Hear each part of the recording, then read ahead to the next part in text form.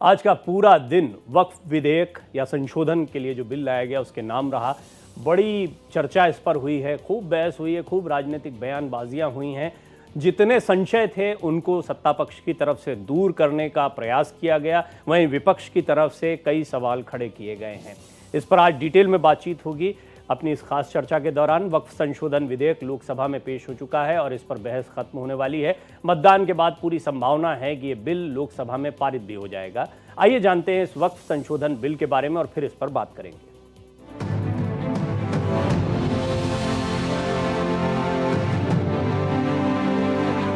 वक्फ का मतलब जन कल्याण की संपत्ति से है। इस बिल को लाने का ऐलान 8 अगस्त 2024 को सरकार ने किया था। इसके साथ ही मुसलमान वक्फ विधेयक 2024 पेश किया गया था। इन विधेयकों का उद्देश्य बोर्ड के कामकाज को सुव्यवस्थित करना और वक्फ संपत्तियों को मैनेज करने में सुधार करना है। भारत में वक्फ बोर्ड तीसरा सबसे ज्यादा जमीन का मालिक है। रक्षा विभाग और रेलवे के बाद सबसे ज्यादा जमीन किसी के पास है तो वक्फ बोर्ड के पास ही है। वर्तमान में 9.4 लाख एकड़ में फैली 8.7 लाख संपत्तियां वक्फ बोर्ड कंट्रोल करता है, जिसकी अनुमानित कीमत 1.2 लाख करोड़ रुपए है। इतना ही नहीं, 8.7 लाख बोर्ड संपत्तियों में से 3,56,051 वक्फ एस्टेट के तौर पर रजिस्टर्ड हैं। इनमें 8,72,328 अचल संपत्तियां हैं और 16,713 चल संपत्तियां हैं। अब बात करते हैं किस राज्य में वक्फ की कितनी जमीन है। भारत में वक्फ बोर्ड की सबसे ज्यादा जमीन यूपी में है, जो कुल वक्फ बोर्ड की अचल संपत्ति का 27% हिस्सा है। इसके बाद पंजाब और पश्चिम बंगाल का नंबर है, जहां वक्फ के पास 9% जमीनें हैं। तमिलनाडु में 8% जमीन है। इसी तरह से कर्नाटक में वक्फ बोर्ड की कुल अचल संपत्ति का 7% हिस्सा है। अन्य राज्यों में केरल, तेलंगाना और गुजरात है, जहां वक्फ बोर्ड की 5% जमीन है। इतने बड़े पैमाने के बावजूद बोर्ड से कोई इनकम जनरेट नहीं होता है। पूर्व कानून मंत्री रविशंकर प्रसाद ने ये बात लोकसभा भाषण में भी उठाई। आज मैं ये सवाल इस संसद के सामने उठाना चाहता हूँ, कितने स्कूल बने वक्फ की संपत्ति पर, कितने अस्पताल बने वक्फ की संपत्ति पर, कितने स्किल सेंटर खुले वक्फ की संपत्ति पर, कितने अनाथालय खुले वक्फ की संपत्ति पर, कितनी बेवा विधवा बेटियों बहनों को सिखाए गए सिलाई कढ़ाई जीने का तरीका गिनतियों पर भी आएगा सर। वक्फ संशोधन विधेयक में बड़ी बात यह भी है कि अब वक्फ बोर्ड में महिलाएं भी होंगी और पसमानदा मुस्लिम भी और गैर मुस्लिम भी। बीजेपी का कहना है कि इसी वजह से विपक्ष इस बिल का विरोध कर रहा है। तो अगर ये वक्फ बिल देश की खवातीनों के विकास के लिए, वक्फ में उनकी भूमिका के लिए ये कानून लाया जा रहा है, तो ये कानून गैर संवैधानिक कैसे हो गया भाई? और अगर संविधान की धारा 15 के आलोक में इस बिल में इस बात का प्रावधान किया जा रहा है कि पिछड़े मुसलमानों को भी वक्फ में जगह दी जाएगी, उनको जगह दी जाएगी, तो परेशानी क्यों है इनको? साफ है कि वक्फ धार्मिक मामला नहीं, केवल संपत्ति का मामला है। विपक्ष का और कुछ कट्टर मुसलमानों का विरोध इसी संपत्ति की वजह से है, जिसे धार्मिक रंग दिया जा रहा है। Bureau report, Bharat express. इस पर कई मेहमान मेरे साथ जुड़ेंगे, पॉलिटिकल मेहमान भी मेरे साथ जुड़ेंगे, लेकिन आइए पहले थोड़ा इस मसले को समझते हैं और इसमें हमारी मदद करेंगे मुफ्ती शमून कासमी साहब, अध्यक्ष हैं मदरसा बोर्ड उत्तराखंड के। मुफ्ती साहब, सबसे पहले बहुत बहुत स्वागत करता हूं, इस्तकबाल करता हूं आपका भारत एक्सप्रेस पर। आपको ईद की मुबारकबाद थोड़ी देरी से दे रहा हूं, लेकिन ईद भी मुबारक आपको। अब मुझे ये बताएं आप कि आज इतनी लंबी बहस हुई, कई आपको नवरात्रों की बधाई। शुक्रिया शुक्रिया। आपने पूरी बहस को सुना होगा, कई पॉइंट्स आए हैं। सियासतदानों का अपना मानना रहता है, अपनी बातें रहती हैं, उनकी बयानबाजियां भी उस स्तर पर रहती हैं। लेकिन मुझे ये बताइए वक्फ को लेकर आपकी सोच क्या है, क्योंकि यहाँ पर सरकार जो बातें कह रही है वो समझने जैसी है। ख़वातीनों के लिए, यानी महिलाओं के लिए, या जो वंचित तबके के मुसलमान हैं उनके लिए ये विधेयक फ़ायदेमंद होगा, ऐसा सरकार का कहना है। बिल्कुल 101%। जी जी। मैं देखिए, पहले तो आपको ये बताना चाहता हूं कि आज लोगों का भ्रम टूटना चाहिए और जो भ्रम इन्होंने पैदा किया था 60 साल के अंदर मुसलमानों को मेन स्ट्रीम से जुदा करने का, यानी मुख्यधारा से काटने का जो षड्यंत्र था, वो आज माननीय प्रधानमंत्री श्री नरेंद्र मोदी जी के नेतृत्व में चलने वाली सरकार और माइनॉरिटी अफेयर्स के हमारे मिनिस्टर किरण रिजिजू जी ने बड़ा क्लियर कर दिया और उसे और ज्यादा क्लेरिफाई किया है देश के गृह मंत्री श्री अमित शाह जी ने। मैं आज आपके माध्यम से मुसलमानों से कहना चाहता हूं कि जो वक्फ प्रॉपर्टी, जिसे मैं कई प्लेटफॉर्मों से ये बात मैं ही नहीं, जो सच्चाई है वो लोग सामने ला रहे हैं, तो सबसे बड़ी बात तो ये कि जितने प्रावधान इसमें आए हैं, कोई एक प्रावधान ऐसा नहीं है जो मुसलमानों को नुकसान देता हो, बल्कि आम मुसलमान, क्योंकि इन्होंने तो मुसलमान ये 2% ही अपने आप को मुसलमान समझते हैं ना, बाकी 98% तो इनके वोट बैंक हैं। और इन लोगों ने जो मुस्लिम ऑर्गेनाइजेशन है, खासतौर से मुस्लिम पर्सनल लॉ बोर्ड या उनके सहयोगी, ये आजादी के बाद 1947 के बाद से इन्होंने कांग्रेस की और उसके बाद समाजवादी पार्टी की इनकी मीडिएटिंगशिप की। तो जाहिर है कि उनके मफादात इससे जुड़े हुए हैं, उन्हीं तमाम इनके ऑफिस बने हुए हैं, इनके मॉल बने हुए हैं, 50-50 रुपए किराए पे लेकर के फिर इन्होंने किराएदार बना रखे हैं। तो उस प्रॉपर्टी का, जैसे आपने अभी रिपोर्ट में बताया कि ये सब कुछ होने के बाद, इतनी प्रॉपर्टी होने के बाद, फिर वो उसके पास से कोई आमदनी का जरिया नहीं है, तो उसका जरिया ना होने की वजह इनकी बदनीयती है, इनकी बेईमानी है कि जिन यतीमों के लिए, बेवाओं के लिए, गरीबों के लिए ये संपत्ति वक्फ की गई थी, उनके लिए कोई काम नहीं हुआ, कोई स्कूल नहीं बना, कोई हॉस्पिटल नहीं बना, कोई कॉलेज नहीं बना। उस पे तो हॉस्पिटल, कॉलेज, यूनिवर्सिटी बननी चाहिए थी, आम लोगों को भी फायदा होता, मगर ऐसा नहीं हुआ। तो इसलिए इनके 2 फायदे हो रहे हैं। एक तरफ तो मुसलमानों को सरकार से बदजन करना कि सरकार तुम्हारी प्रॉपर्टियों पे कब्जा कर रही है, और उन्हीं गरीबों के लिए सितम ये है कि जो गरीब, जिनके लिए वक्फ संपत्ति थी ये, उन्हीं को सड़कों पे निकाला इन्होंने। तो मैं आपसे कहना चाहता हूं, 60 साल के अंदर जो कांग्रेस की मीडिएटिंगशिप इन्होंने की थी, और आजादी के बाद से और आज तक इन 70 सालों में 60 साल तो कांग्रेस का कार्यकाल रहा। तो इनसे कोई पूछे, मैं इनसे सवाल करना चाहता हूं कि भाई ये बताओ, आज तुम ये कह रहे हो कि अगर उसमें एक संशोधन ऐसा नहीं है, भाई वक्फ ट्रिब्यूनल के बारे में कहा कि वो आखिरी फैसला कोई भी नहीं होना चाहिए, आखिरी फैसला तो सुप्रीम कोर्ट तक जाने पे होना चाहिए ना। ये तो वैसे भी लॉजिक है, और संविधान भी हमें ये बात कहता है। तो मैं आपके माध्यम से एक और बात कहना चाहता हूं कि इन्होंने हर चीज के ऊपर मुसलमानों को गुमराह किया। मगर मैं आपको ये बताऊं कि माननीय प्रधानमंत्री श्री नरेंद्र मोदी जी का मैं आभार भी व्यक्त करता हूं, उनकी पूरी टीम का, पूरी सरकार का, कि इन 11 सालों के अंदर उन्होंने बिल्कुल न्यूट्रल होकर के आम आदमियों की, मुसलमानों की नहीं, आम लोगों की भलाई के लिए काम किया। मैं उत्तराखंड राज्य की बात करूं तो यहाँ हमारे माननीय मुख्यमंत्री श्री पुष्कर सिंह धामी जी ने पहल की यूसीसी की। उन्होंने जब ये पहल की यूसीसी की, और उसका जब प्रावधान सामने आया, तो ये तो मुसलमानों के और इस्लाम के खिलाफ है। मैंने बार बार ये बात कही है, आज भी कह रहा हूं कि उस कानून का एक प्रावधान भी इस्लाम या मुसलमानों से कहीं टकराता नहीं है। तो एक कानून, एक विधान, एक संविधान, इस पर चलने का मतलब ये नहीं है कि आप अपनी मजहबी प्रैक्टिस आपकी खत्म हो गई। मैं बड़े गौर से आपको मुफ्ती साहब सुनता रहा, मैं ही नहीं तमाम दर्शक भी सुन रहे होंगे, इसलिए बीच में मैंने इंट्रोड्यूस नहीं किया, जबकि हमारे भाई यासिर जिलानी साहब जुड़ चुके हैं, सुमैया राणा जी जो कि समाजवादी पार्टी की बड़ी वरिष्ठ प्रवक्ता हैं, खूब अच्छा बोलती हैं, वो हमारे साथ जुड़ चुकी हैं। तो मुफ्ती साहब आप कुछ कहना चाह रहे हैं, आप अपनी बात को जी खत्म करें। नहीं, मुझे 10 सेकंड पूरी करने दीजिए। जी। अभी आप देखिए कि कांग्रेस पार्टी के 3 सदस्य जो हैं वो पार्लियामेंट के अंदर हैं, और उन सीटों से हैं जहां मुसलमानों की अक्सरियत है, वायनाड जैसी जगह से। अभी पार्लियामेंट के अंदर 5 सदस्य जो हैं वो अखिलेश यादव के परिवार के हैं, जहां से अगर ये मुसलमानों को टिकट देते तो वो जीतते। तो भाई एक बात बताओ, आप बीजेपी को कह रहे हैं, भारतीय जनता पार्टी को कह रहे हैं, आप ये बताइए मुसलमानों को हाशिए पे लाके तो इन्होंने रखा, भारतीय जनता पार्टी ने रखा।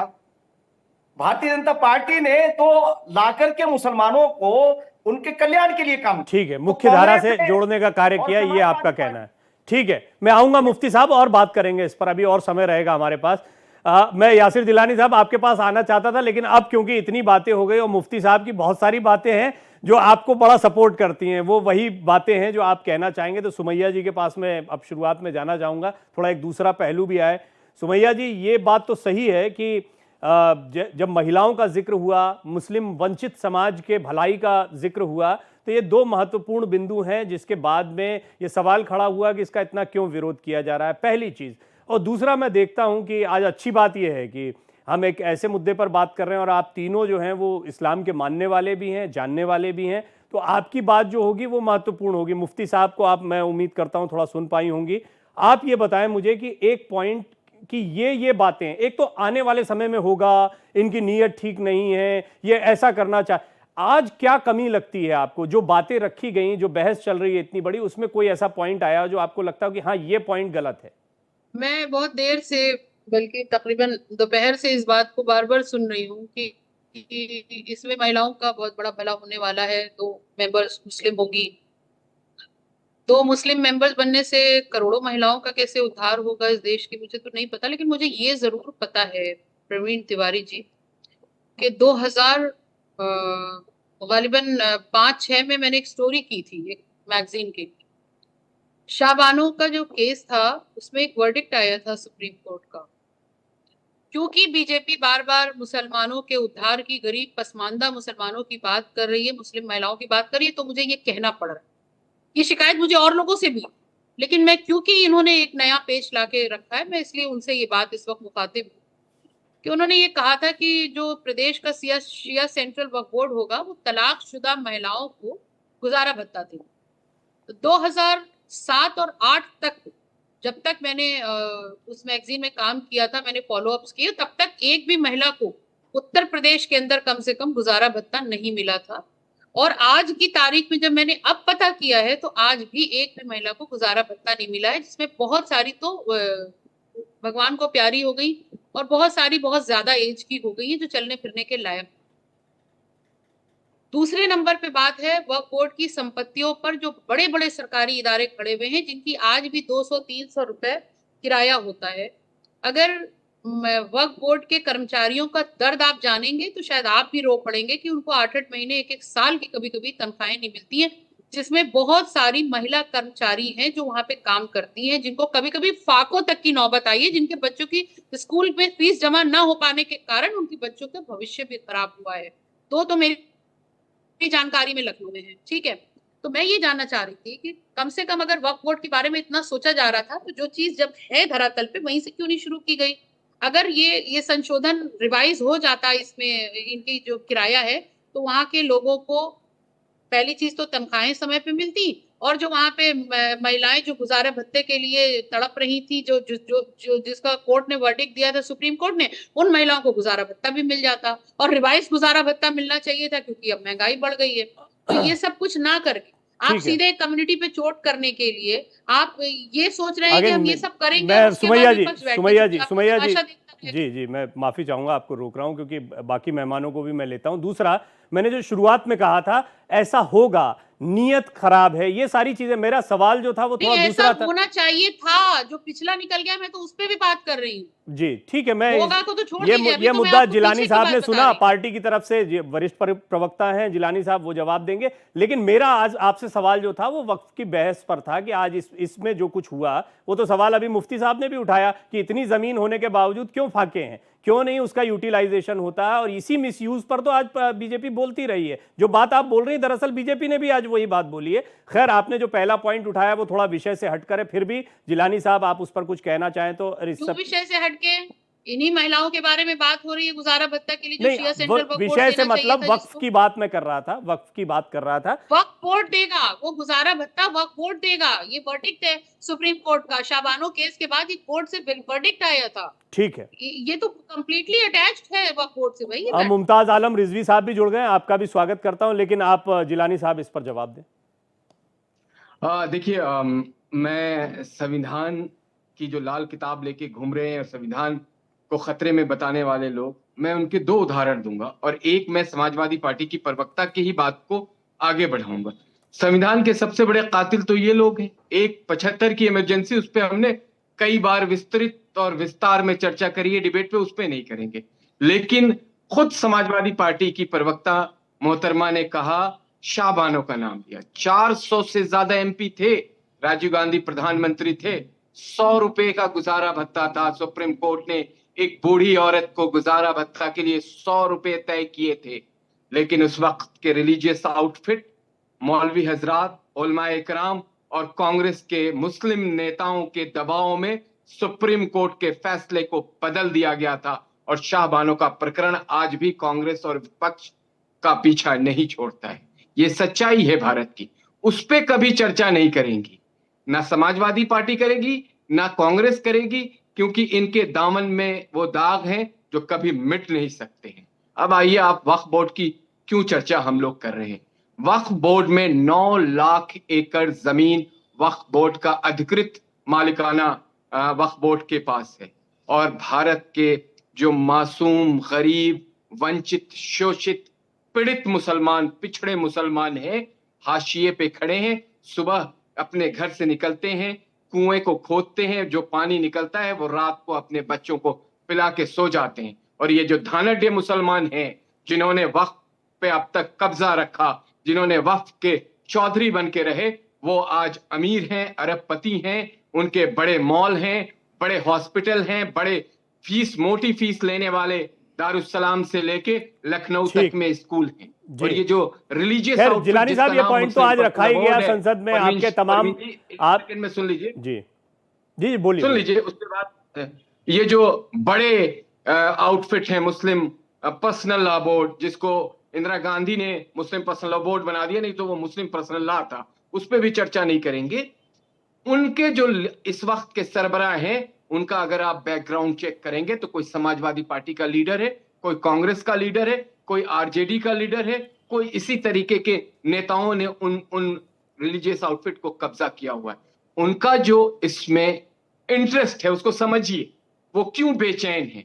क्योंकि ये संशोधित होके आने वाले बिल में ट्रांसपेरेंसी एक सबसे बड़ी वजह ठीक है। मैं ये कह रहा था जिलानी साहब, ये बातें आज पूरे दिन भर सदन में यही चर्चा हुई है और ये बातें विस्तार से सभी आपके सीनियर लीडर्स ने भी रखा, सदन में इन बातों को रखा गया, पहले से भी इन पर चर्चा होती रही है। तो रिजवी साहब, मैं यूं तो ब्रेक पर जाना चाह रहा था, लेकिन मैं जानता हूं कि थोड़ा आपका भी संक्षिप्त समय है हमारे साथ में, तो एक मुझे इस बात पर बताएं कि एक तो गरीब तबके को, मुस्लिम गरीब तबके को, वंचित समाज को शामिल करने की बात, और महिलाओं को ज़्यादा अधिकार मिलेगा, महिलाओं की भलाई के लिए होगा, इन दो बातों को पुरजोर तरीके से रखा जा रहा है। और पूरी चर्चा आप देखेंगे तो इसके इर्द गिर्द रही, बीजेपी की तरफ से ये बोला जाता रहा और नीयत ठीक नहीं होगी या ये एक तरीके से धर्म पर हमला है जैसी बातें विपक्ष की तरफ से कही गई हैं। बहरहाल मैं पॉइंट जानना चाह रहा हूं कि आज की बहस में कोई ऐसा वक्फ बिल पर जब बातचीत हो रही हो तो कोई पॉइंट ऐसा लगा हो आपको कि हाँ, इस पॉइंट पर थोड़ा सा बात होनी चाहिए, ये गड़बड़ दिखता है? बहुत बहुत शुक्रिया। देखिए, आपने कई बार कहा कि पॉइंट जानना चाहता हूं। खुल्लम खुल्ला धमकी दी गई कि जो भी वक्फ बोर्ड ने सरकारी जगहों को, सरकारी नहीं है लेकिन वक्फ की है, लेकिन अगर सरकार उस पे काबिज है तो वो हम वापस नहीं करेंगे, साफ साफ कह दिया है। और इसी पे सबसे ज्यादा इख्तिलाफ था कि जैसे ही ये कानून लागू होगा, जहां जहां सरकारी जमीनों पे वक्फ बोर्ड के मुकदमात चल रहे हैं, वो सारे, यानी उस पे ये आप समझ लीजिए कि क्लेम जो वक्फ बोर्ड का वो नहीं रहेगा। और आज अमित शाह जी ने, जो हमारे गृह मंत्री, उन्होंने साफ साफ कह दिया कि किसी में हिम्मत नहीं है कि वो जमीन ले ले, सरकारी जमीन वक्फ बोर्ड ले ले। ये क्या था? ये क्या था? ये छीनना सबसे बड़ा हमला, सबसे बड़ा डाका ये किया है। नंबर एक, ठीक है। नंबर दो, एक मिनट, जो एतराज है कि आप प्रैक्टिसिंग मुस्लिम, क्या प्रैक्टिसिंग मुस्लिम, कौन सर्टिफिकेट देगा कि कौन प्रैक्टिसिंग मुस्लिम है, कौन नहीं है? और 5 साल क्यों?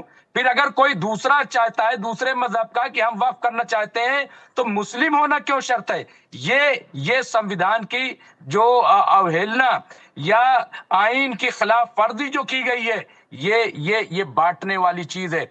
और आ जाइए, आपको पता नहीं है कि वक्फ औलाद को इसमें खत्म किया जा रहा है। क्यों खत्म किया जा रहा है? इससे कहां आम मुसलमानों को फायदा होगा?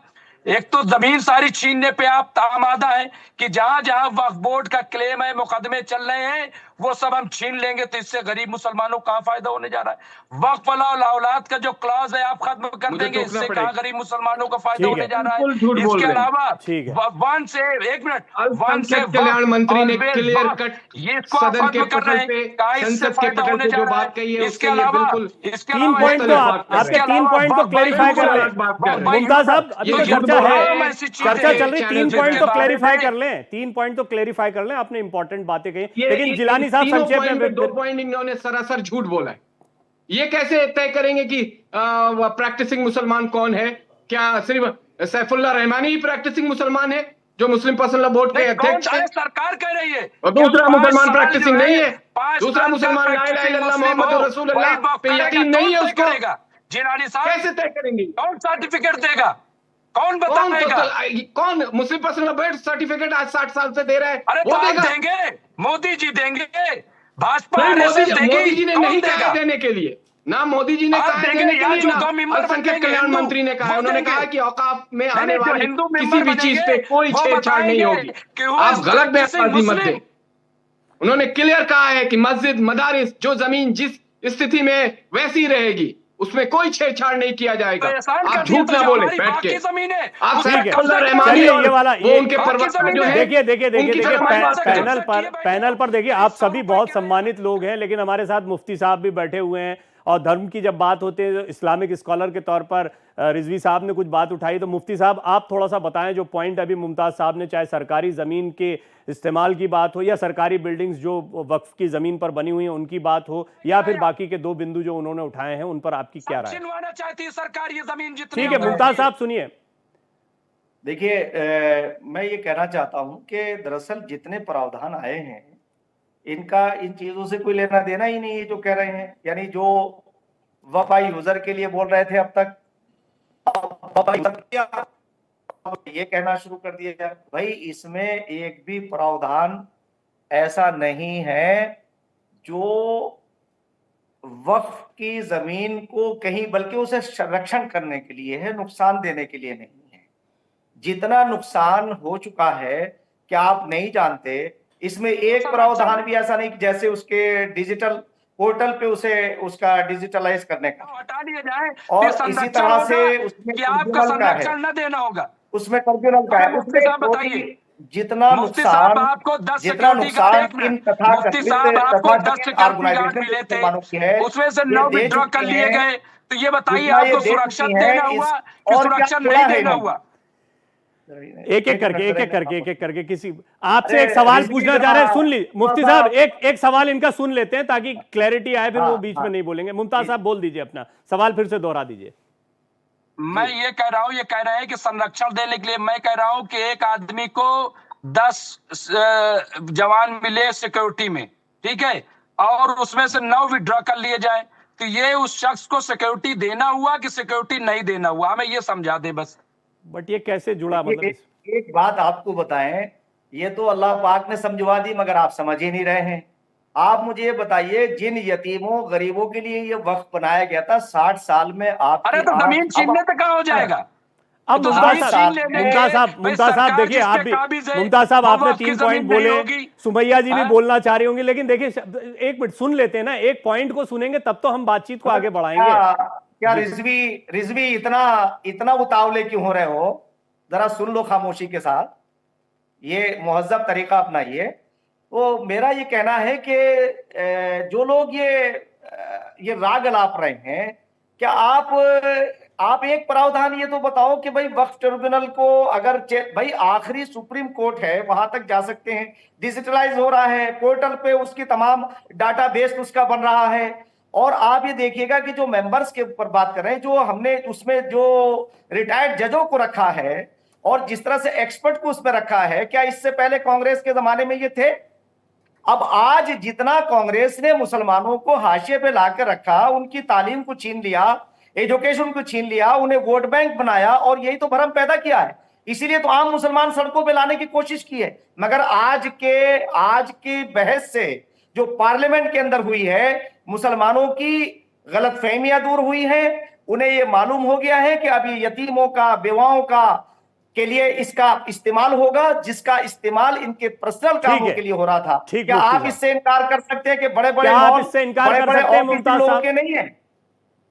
बताइए, क्या आप मना करेंगे इस चीज को? बताएंगे, पूछ ये लेते हैं। बड़ी बड़ी प्रॉपर्टी है, उस पर बोलिए इनका बोलिए कब्जा मुमताज नहीं है। साहब, मुफ्ती साहब एक मिनट पूछ। आज भारतीय जनता पार्टी, मुफ्ती साहब आपने पूछा, उनसे सुन लेते हैं, जवाब सुन लेते हैं।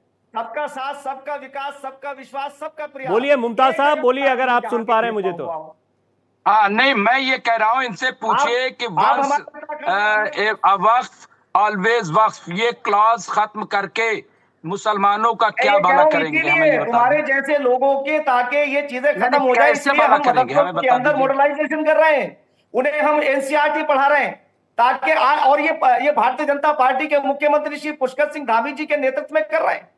जहां आपने अवैध मदरसों में जब कार्रवाई हुई, तो आप जैसे लोग कह रहे थे साहब मदरसे बंद हो रहे हैं। अरे मदरसों को नियमित कर रहे हैं, ताकि तुमने जो बच्चों को, जो मुसलमानों को गुमराह आवाज किया है, क्लियर नहीं हो रही। अगर आज मुसलमानों के पास एजुकेशन होती, तो आपको मैं दावे के साथ कह रहा हूं, आज मुझे बताइए कि 3 मेंबर पार्लियामेंट जो है वो कांग्रेस के हैं, वायनाड से हैं, मुसलमानों की जगह से, 5 जो समाजवादी के हैं। अरे भैया, तुम ये बताओ, तुम भाजपा की बात करते हो, तुम उनकी बात करो जिन्हें 100% वोट दे रहे हो। ठीक, तुम्हारे नामों पर वो राजा बन गए। छोड़िए, 80 परिवार करोड़ के 5 देश के मेंबराने लोग पार्लियामेंट है 5 कि नहीं किलो है? अनाज पर आश्रित हैं। शर्म करो कुछ।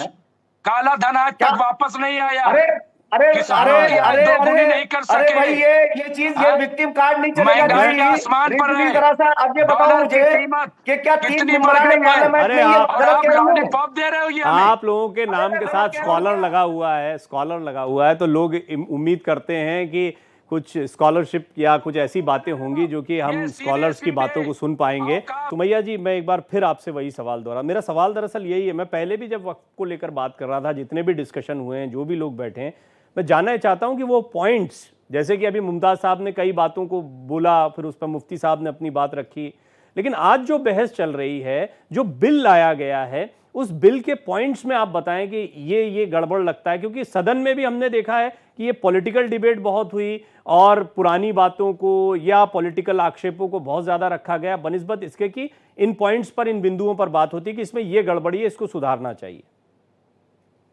देखिए, पहली नजर में जब बिल जो आया उसको पढ़ा गया और उसमें जो चीजें समझ में आई जो ऑब्जेक्शनेबल हैं, तो सबसे पहली चीज तो ये पूरी तरीके से गैर संवैधानिक है। अब कैसे गैर संवैधानिक है वो भी सुन लीजिए। आर्टिकल 26, आर्टिकल 300A, 300A और आर्टिकल 14, इन सारों का उल्लंघन हो रहा है इस बिल। और दूसरी जो सबसे बड़ी बात मैं ये जानना चाह रही हूँ कि आप लोग, जो मैंने आपको इससे पहले पॉइंट्स बताए, जो वैलिड पॉइंट्स हैं, जो एग्जिस्ट कर रहे हैं, भारतीय जनता पार्टी बहुत बड़ा कुछ उद्धार कर देगी मुसलमानों का इस बिल को एक्ट बनाने के बाद, वो तो होने वाली बातें, होगी कि नहीं होगी वो नहीं पता।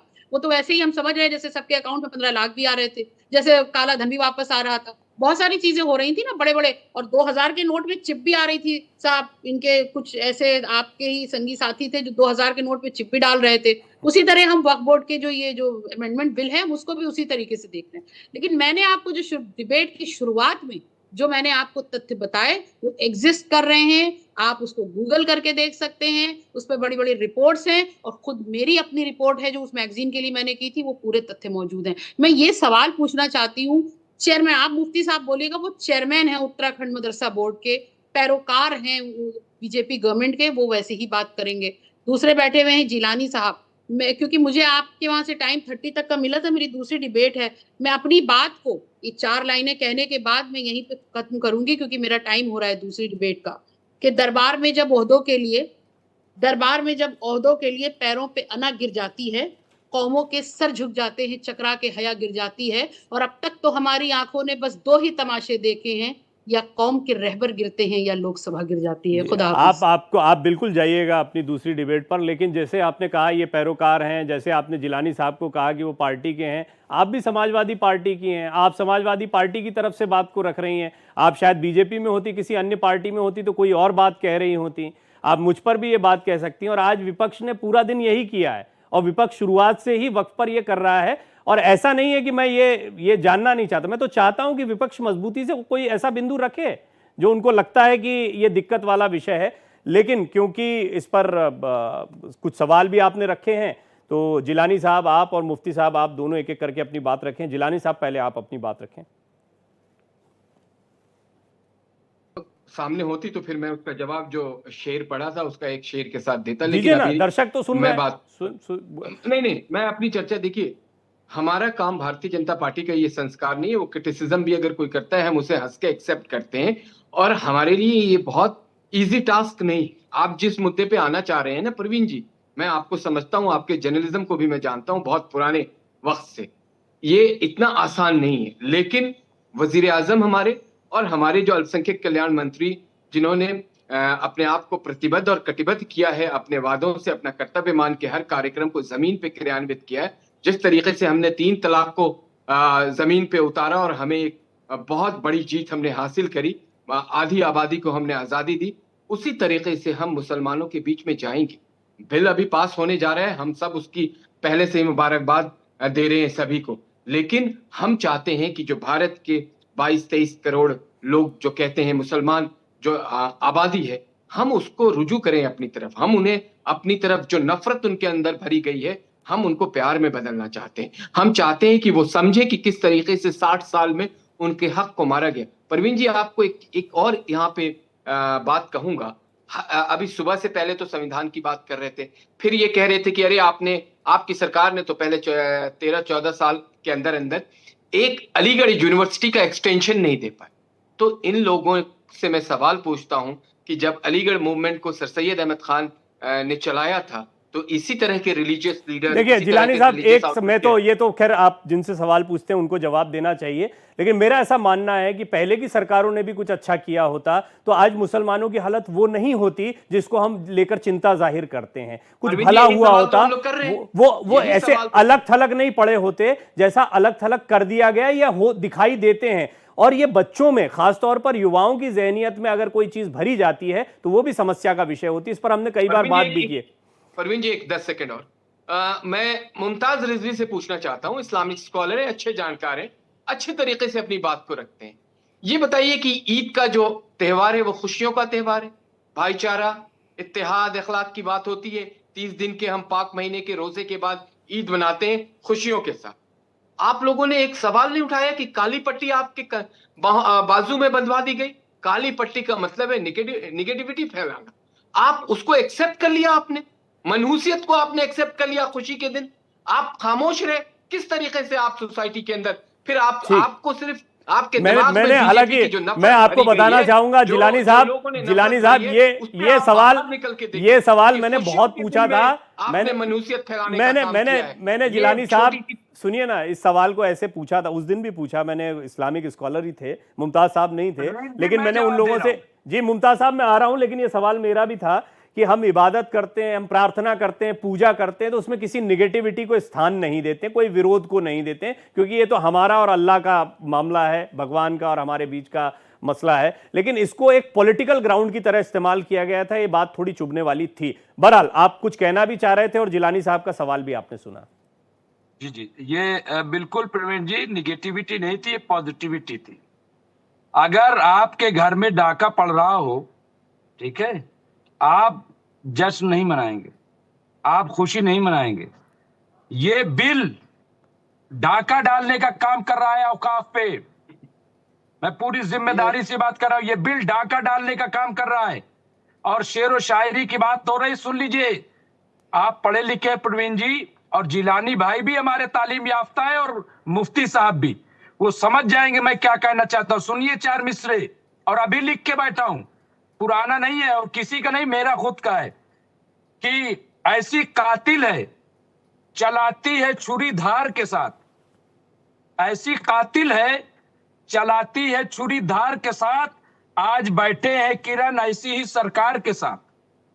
आज बैठे हैं किरण रिजिजू, उन्होंने शुरुआत की थी शेर से और खत्म किया था शेर से, ये उनके लिए है कि आज बैठे हैं किरण ऐसी ही सरकार के साथ, कत्ल करती है सफाई से कि ऐसे जैसे खुद ही मकतूल हो, जैसे कि गुनहगार के साथ। ठीक। ये सरकार ने काम किया है। अब ये जो बार बार कह रहे मैं हैं एक काम जिलानी करता हूँ, साहब इस पर कि- मेरे मन में बहुत सारी बातें आती है, पर मैं बोलता हूँ तो समझ रहा था। मैं पैनल का हिस्सा ना बनकर मैं परवीन एक जी, एंकर की भूमिका में ही रहता हूँ। परवीन जी, मुमताज साहब, एक मैं सवाल समझ उन्होंने रहा आपसे था, पूछा, ये उस बहुत पर आपने broad अपनी हुए बात हैं। रखी। अब जिलानी साहब भी शेर व शायरी के बड़े शौकीन है, मैं जानता हूँ बड़े लंबे समय से उनको, वो शेर का जवाब शेर से ही देना चाहेंगे। नहीं, बहुत मैंने सोचा कि इनके अपने जहन को खोल के रखेंगे मुमताज साहब और समझेंगे, लेकिन मेरा भी शेर सुन लीजिए। न हम सफर न हम नशी से निकलेगा, हमारे पांव का कांटा मुमताज भाई हम ही से निकलेगा। ये वक्फ बोर्ड हमारे पांव का कांटा बना के अरे रखा है आप लोगों ने। अरे पाँव निकालेंगे काटे ले रहे कैसे हो, इसको? कांटा नहीं निकालेंगे निकाल रहे हो, कैसे? पैर जरा काट सा रहे इस हो। पर चर्चा करिए खुल बात के। ये बात ये समझो, जो गरीबों के हक को जिलानी मार साहब रखा आप है, भी ये कहां से 72 निकालेंगे? में नहीं हो। सुनिए, आप भी 72 में शामिल नहीं हो। 72 मिनिस्टर बनाए गए, आप शामिल नहीं हो।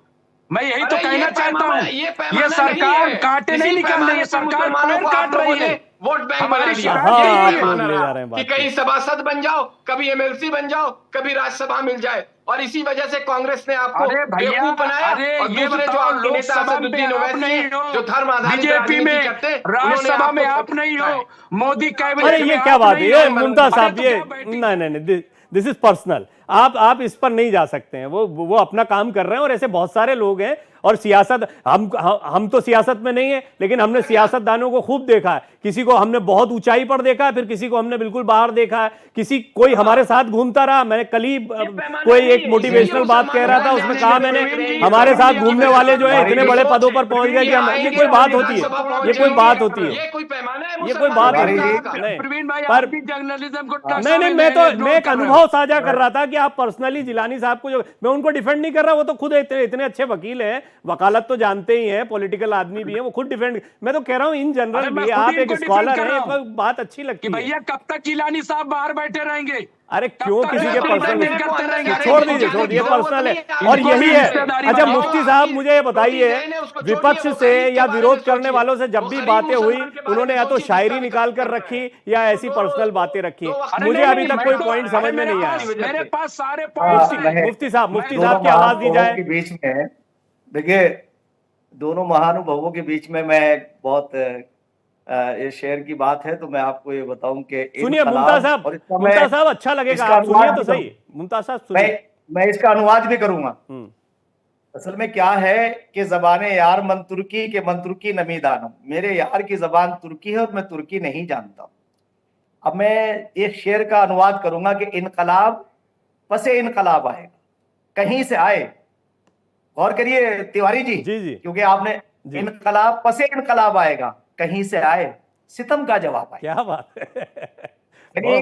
परिवर्तन आएगा। और मैंने ये 2012 में हम जब हमारा आंदोलन खत्म हुआ और ये एक अरविंद केजरीवाल ने जब पार्टी बनाने की बात की, तो हमारे स्वामी रामदेव जी के साथ हम बैठे थे, चिंतन चल रहा था। तो हमने कहा स्वामी जी, अगर आप भी पार्टी बना लेते हैं तो बड़ा गड़बड़ हो जाएगा, क्योंकि हम जिस करप्शन से लड़ रहे थे वो तो फिर वापस आ जाएंगे। तो मैं इसमें एक बात छुपी हुई जो कहना चाहता हूं, उस वक्त 15 सेकंड की मेरी एक वीडियो है, आपको भेजूंगा पर्सनली। 2012 में कहा था मैंने कि आप सब्र कीजिए, एक ऐसा इनकलाब आएगा, परिवर्तन आएगा कि राक्षस जाएंगे, देश को समर्पित लोग आएंगे। तो हमने उस वक्त ये संकल्प लिया था, स्वामी रामदेव और हमारा पूरा ग्रुप था, कि हम जब तक घरों को वापस नहीं जाएंगे, जब तक हम इस करप्शन वाली सरकार को हम नहीं लौटा देते। और हमारे ऊपर हमें कौन सी ऑफर नहीं थी। आज मैं ईमानदारी के साथ ये कहता हूं, हर तरह की हमें सताया भी गया और हमें ऑफर भी दी गई। मगर आज आप ही की बातों से सब बातें निकल कर आई हैं। देखिए चर्चा कहां ले गए आप। आज मैं कहना चाहता हूं कि आज उन वाकिफीन की रूहें, उनकी आत्माएं प्रसन्न होंगी। और मैं दावे के साथ ये कह रहा हूं, डिबेट कर सकता हूं मैं उन लोगों से कि मुस्लिम पर्सनल लॉ बोर्ड हो या मुस्लिम तंजीमें हो, 1 to 1 करें आपके साथ बैठ के। कसीदा खानी करते करते उन्होंने 60 बोर्ड साल के तक चेयरमैन बन गए। 60 साल तक अरे फिर मुसलमानों की आप ना मुमताज साहब, आपने दो तीन चीजें पकड़ सुन रखी। लीजिए, सितारों से आगे जहां देखते हो, अरे मुफ्ती साहब की नजर कर रहा हूं, सितारों से आगे जहां देखते हो, गरेबा में सुनते देखो रहो कहाँ जरा। देखते अब जरा हो, सुनने का सितारों भावना से रखो। आगे जहाँ देखते हो, गरेबा में देखो कहाँ नहीं देखते हो। नहीं, मैं आगे मुमताज बात साहब, रही है, मुमताज तुम साहब भी आपको भी खूब आईना जानता है, हूँ, कहाँ देखते मैं हो? आपको भी आगे खूब जहाँ जानता हो हूँ। रही है, आपने अभी अच्छा खासा वो समय आपके आपने लिए अच्छा नहीं खासा है, समय हम डिबेट राजनीति में से निकाल निकलते दिया जा इन रहे हैं। बातों में। मुमताज भाई, आपने बहुत अच्छा, मैं आपका धन्यवाद इसलिए भी करता हूं कि आपने एक चर्चा में एक दूसरा पॉइंट भी डाला, क्योंकि आज मैं देख रहा था, मेरा ईमानदारी से ये मेरा आकलन है, आप थोड़ा बताइएगा, आज की बहस में सदन में बीजेपी भारी पड़ी है,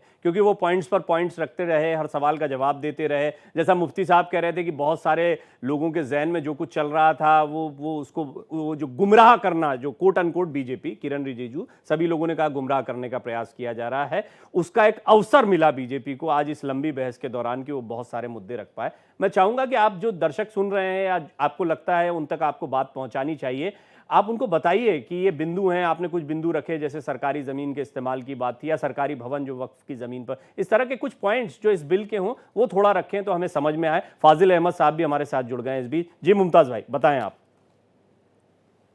देखिए प्रवीण जी, आपने 2-3 चीजें मैंने बताई थी और उसको आपने पॉइंट आउट किया। एक और इसमें जो बहुत बड़ी कमी करने जा रही सरकार की, इसका जो जमहूरी निजाम है, इसका जो लोकतांत्रिक ढांचा है, उसको भी सरकार खत्म कर रही। कैसे? पहले मेंबरान को पावर होती थी कि वो चेयरमैन को रिप्लेस कर सकता है अपने वोट राइट के जरिए, प्रवीण जी मालूम है आपको? जी जी। लेकिन अब ये वो क्लॉज खत्म कर दिया गया है। ये डेमोक्रेसी पे हमला नहीं है, ये लोकतंत्र पे हमला नहीं है। इस पर कोई बोल नहीं रहा, इस पर कोई जवाब नहीं दे रहा। फिर हमारा सबसे बड़ा मसला, मैं जो कह रहा हूं कि आप 5 साल, ये जो आप कह रहे हो कि प्रैक्टिसिंग मुस्लिम 5 साल, क्या ये जमहूरी निजाम पे, एक सेकुलर कंट्री पे ये हमला नहीं है? इस पर बात क्यों नहीं की गई? फिर आप ये बताइए, जैसे ही कानून आएगा, कह रहे हैं हम, ये जो तमाम मुकदमे चल रहे हैं, चाहे वो सेंट्रल गवर्नमेंट पे मुकदमे चल रहे हो, चाहे स्टेट गवर्नमेंट पे चल रहे हो, चाहे वो कारपोरेट यानी जो, ठीक है, मैं समझ गया आपका पॉइंट जी, बिजनेसमैन उस पर, जी म्युनिसिपल कारपोरेशन पे चल रहे हो, वो सब उस पे क्लेम वक्फ बोर्ड का खत्म हो जाएगा। ये डाका है, ये डाका है। और इससे मैं बता रहा हूँ करीब 40, हालांकि देखिए, इस पर क्लेरिफिकेशन बीजेपी की तरफ से आया, वो मैं रख भी सकता हूं, लेकिन अब क्योंकि सभी मेहमान हैं, फाजिल साहब भी जुड़े। अब मुमताज साहब, थोड़ा समय रहेगा अब हमारे पास, प्लीज मैं आपसे रिक्वेस्ट करूंगा कि 2 पॉइंट और, ठीक है, 2 पॉइंट और। देखिए, सबसे पहली चीज आप मुख्तसर अंदाज में समझ लीजिए कि अगर किसी का कोई भला करना चाहता है तो लॉ में मजबूती लाता है, लॉ को कमजोर नहीं करता। ये सरकार खुल्लम खुल्ला कह रही है कि बहुत खतरनाक कानून था इसका, इसको कमजोर करो। और क्या खबर चलाई जा रही है? कोई कह रहा है वक्फ पे ताला लग गया, कोई कह रहा है कि बिना दांत के ये वक्फ हो गया। ये क्या मतलब है? क्या मैसेज देना चाहते हैं आप? और आप कह रहे हैं मुसलमानों का हम भला नहीं, करने वो जा रहे हैं। तो एक गलत सुन लीजिए, बात है। देखिए, मैं तो इसको दोनों तरफ से देखता हूं। वो मुस्लिम जो नहीं जानते हुए विरोध करते हैं, वो भी उतने ही गलत जितने वो हिंदू या हिंदूवादी सोच के लोग जो इसको ना जानते हुए इस पर किसी का भी मजाक उड़ाते हैं, वो भी उतने ही गलत हैं। सब बराबर से गलत है। लेकिन जिलानी साहब कुछ पॉइंट्स उठाए, मैं संक्षेप में चाहूंगा, रिक्वेस्ट कर रहा हूं, क्योंकि फाजिल साहब अभी हमारे साथ जुड़े हैं, तो उनको भी थोड़ा सुनना चाहूंगा, मुफ्ती साहब को भी सुनना चाहूंगा। जिलानी साहब, सामने आया है, उसको मैं पढ़ ही रहा था, और उसमें कहीं जो बात मुमताज रिजवी कह रहे हैं अभी तक तो नहीं आया। आगे अगर कोई बिंदु आ जाए तो मैं चर्चा करने के लिए तैयार हूं। ये भ्रम और झूठ मत फैलाइए। ये मैं आपसे सिर्फ ये कह रहा हूं कि आपको अल्पसंख्यक कल्याण मंत्री ने एक एक वर्ड क्लियर अपने भाषण में भी और बिल में भी, मैं एक एक चीज आपको भेज देता हूं, आप फिर से इसकी समीक्षा करिए, इसको पढ़िए। मुसलमान जो गरीब है, जो वंचित शोषित, बार बार क्यों कह रहे हैं, पिछड़े जो मुसलमान, अब तक 60 साल में 9 लाख का, आप ये समझ सकते हैं कि 9 लाख एकड़ जमीन जिसके पास, उसका रेवेन्यू अगर जनरेट किया जाता सही काम में, उसको लेके बेचा नहीं जाता, 100 रुपए में दिल्ली में प्रॉपर्टी किराए पे दी हुई दे सकते हैं, उसके बराबर की प्रॉपर्टी 2 लाख रुपए महीने की किराए पे है, और वक्फ बोर्ड की प्रॉपर्टी 200, ये पॉसिबल है? डॉक्टर साहब आप बताएं। तो हम उस पर विस्तृत चर्चा आगे करेंगे, आपने बहुत कम समय दिया है। आप ये समझ लें कि जो बिल आया है, ये मुसलमानों के आने वाले जो जनरेशन है उसके भविष्य के लिए है, बेहतरी के लिए है, और एक बेहद आगे के बढ़ते हुए कदम है। उसमें मुमताज रिजवी से मैं रिक्वेस्ट करूंगा कि इन जैसे लोग भी साथ आए, ना कि जो बात मुस्लिम पर्सनल लॉ बोर्ड और दिगर मिली तंजीमें आपको भड़काने के लिए कर रही हैं, आप उनके साथ ना खड़े। थोड़ा बड़े दिमाग से सोचें। ठीक है फाजिल साहब, अच्छा, क्योंकि मुझे आज पता कोई नहीं, मैं बड़ी देर से इस पर नहीं है चर्चा कर रहा हूं, मुझे आपका स्टैंड पता नहीं, तो थोड़ा सा मुझे बताएं आज जो भी बिल पर बहस हुई है उसके कौन से बिंदु हैं जो आप यहां रखना चाहेंगे और आपको क्या लगता है आज की बहस के बारे में? देखिए, बहस में सबसे ज्यादा जोर दिया गया भ्रष्टाचार पर। तो भ्रष्टाचार तो सारे विभाग में है, कौन विभाग है जहां भ्रष्टाचार नहीं? सांसद निधि, चलिए डीएम एसपी तो गुलाम है, गुलामों की आदत है, कुछ पैसे खा लेते हैं, लेकिन सांसद निधि, विधायक निधि, ग्राम पंचायत निधि, ब्लॉक प्रमुख निधि, जिला पंचायत निधि, इनका किस तरह से भ्रष्टाचार हो रहा है ये देखा आपने? अस्पताल में भ्रष्टाचार, तहसील में भ्रष्टाचार, कहां भ्रष्टाचार नहीं है? तो नंबर एक बात कि सरकार भ्रष्टाचार पे कोई उसका नियंत्रण नहीं है। भाई वक्त में भी तो सरकारी कर्मचारी ही रहता है ना, सरकार के ही तो एम्प्लॉय रहते हैं। तो जब सब जगह भ्रष्टाचार है तो वहां भी भ्रष्टाचार, कोई अछूता थोड़ी है। दूसरी बात, ये लोग कह रहे हैं कि हम गरीब मुसलमानों को जमीन देंगे। 1952 में जमींदारी अधिनियम आया देश के अंदर, पूरी जमींदारी खत्म हो गई और सारी जमीनें कहाँ चली गई भाई? कहाँ दलित के पास जमीन है, कहाँ आदिवासी की जमीन है, कहाँ पिछड़ों के पास जमीन है? जब हिंदू पसमंदा को आप जमीन नहीं दे पाए 70 साल में, तो आप मुस्लिम पसमंदा को क्या जमीन देंगे या क्या गरीब को उत्थान करेंगे? तीसरी बात, इस बिल के अंदर इन्होंने क्लियर नहीं किया कि जो जमीनें औने पौने दाम में बेच दी गई या लीज पे दे दी गई, तो जमीन तो बची नहीं, अब सब तो चली गई। उसको खाली कराने का क्या प्रावधान है? सरकार जब अपनी खुद की जमीन खाली नहीं करा पा रही है, जब सरकारी जमीन खुद अपनी, राज्य सरकार और केंद्र सरकार खुद की जमीन खाली 20-20 साल 30-30 साल से मुकदमा चल रहा है, नहीं खाली करा पा रहे, तो वक्फ बोर्ड को कैसे खाली करा लेंगे? ये भी तो एक सवाल है ना।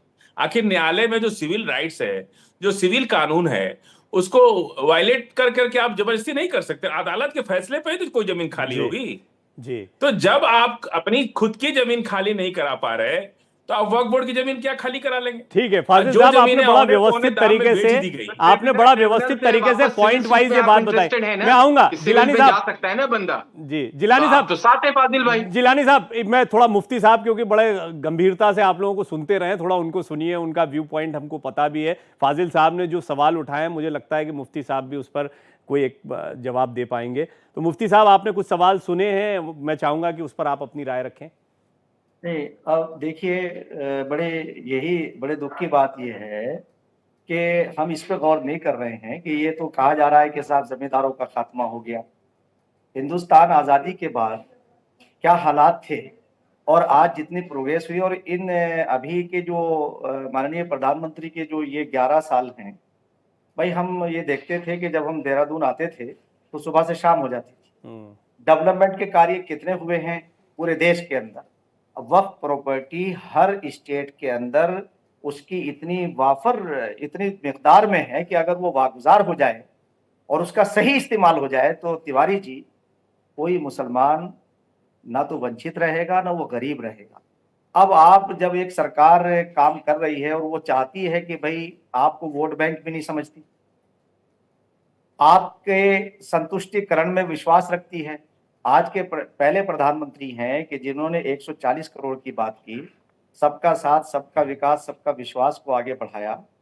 अब किसी योजना के अंदर कोई भेदभाव नहीं हुआ, तो आप ये क्यों समझ रहे हैं कि वक्फ प्रॉपर्टी वो अपने घर ले जाएंगे?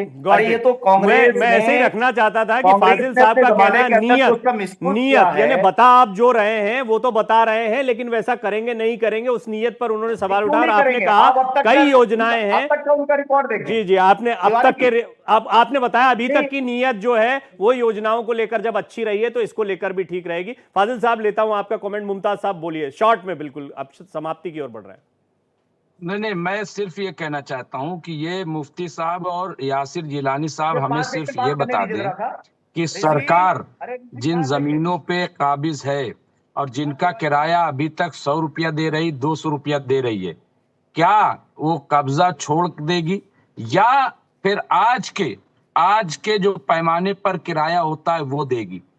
क्या ऐसा करेगी सरकार? हमें ये जवाब दे दे। अभी दूसरी चीज ये कि किसानों को भी इसी तरीके से झूठ बोलते रहे। ठीक है, 17 मीटिंगें हुई, 1 मिनट, 17 मीटिंगें हुई, आंदोलन चला, 700 लोग मरे, तब जाकर के सरकार को समझ में आया कि मैं गलत कर रहा था। अगेन ये माफी मांगी मैं और इसलिए तीनों रोक रहा कृषि था आपको कानून मुमताज वापस जी लिए। की ये ये रेफरेंस भी कई वापस बार लेंगे। मैं ये यहाँ रेफरेंस कह के कई जा रहा हूं बार आपके विपक्ष चैनल की से। तरफ से, कांग्रेस की आंदोलन तरफ से, चलेगा। समाजवादी हम पार्टी की पीछे तरफ नहीं से भी बार बार हटेंगे। यही रेफरेंस है। आंदोलन फाजिल साहब को थोड़ा समय कम मिला, एक बात उनकी सुन लेते हैं। देखिए तिवारी जी, 2014 में जब भारतीय जनता पार्टी की सरकार बनी तो देश में किसी को यह उम्मीद नहीं थी कि कभी सड़कों पर हमें नमाज जुमे की और ईद की नहीं पढ़ने दिया जाएगा। और कोई कानून नहीं है देश में, कोई ऐसा कानून विधानसभा या लोकसभा में बिल नहीं आया, ना पास हुआ, ना उसमें कोई प्रावधान बना कि मुसलमानों को सड़क पर नमाज पढ़ने की ये सजा मिलेगी। कोई कानून नहीं बना देश के अंदर, केवल मुंह जबानी हमको रोक दिया जा रहा है। केवल मुंह जिलानी जबानी। साहब अब सुनिए, वर्क बाय यूजर प्लीज जिसका कागज नहीं है, प्लीज, जो 1857 ये पॉइंट आ चुका फाजिल साहब, इसलिए रोक रहा हूं। इस पर बात हुई है, काफी बात हुई है जिलानी साहब, लेकिन नमाज वाली बात मैं चाहूंगा चलते चलते अनुत्तरित ना रहे। देखिए, नमाज इबादत की जगह मस्जिद है, और वैसे हिंदुस्तान में जब मस्जिद की जगह कम पड़ जाती तो लोग बाहर आके पंडाल लगा करके, नहीं आप मंदिर किस लिए बनाए? राज्यों में नमाज पढ़ा, पूजा में मंदिर में पूजा मंदिर में कीजिए, घर में कीजिए, कोई जरूरी है कि बाहर आकर सड़क पर कीजिए? आप क्यों करेंगे पूजा? मैंने ये ईमानदारी से फाजिल साहब ऑन रिकॉर्ड है, मैंने ये सवाल उठाए हैं, मैंने गणेशोत्सव के पंडाल लगते हो, नवदुर्गा के पंडाल लगते हो, मैंने खुद ये सवाल उठाए हैं और मैंने ये सवाल पूछे, और इस पर मैं जानता हूं कि एक बहुत सीमित दायरे में जवाब आते हैं, ये सवाल बने रहते हैं। लेकिन चर्चा एक बड़ा ही गर्म मुद्दा था, लेकिन उस पर चर्चा बड़ी धीरज और गंभीरता के साथ हुई, और उसके लिए श्रेय जाता है मुफ्ती साहब को, जिलानी साहब को, मुमताज साहब को, फाजिल साहब को। बहुत बहुत शुक्रिया आपका। मैं चाहता था चर्चा लंबी चले, लेकिन समय इतना ही था। बहुत बहुत शुक्रिया आपका चर्चा में जुड़ने के लिए।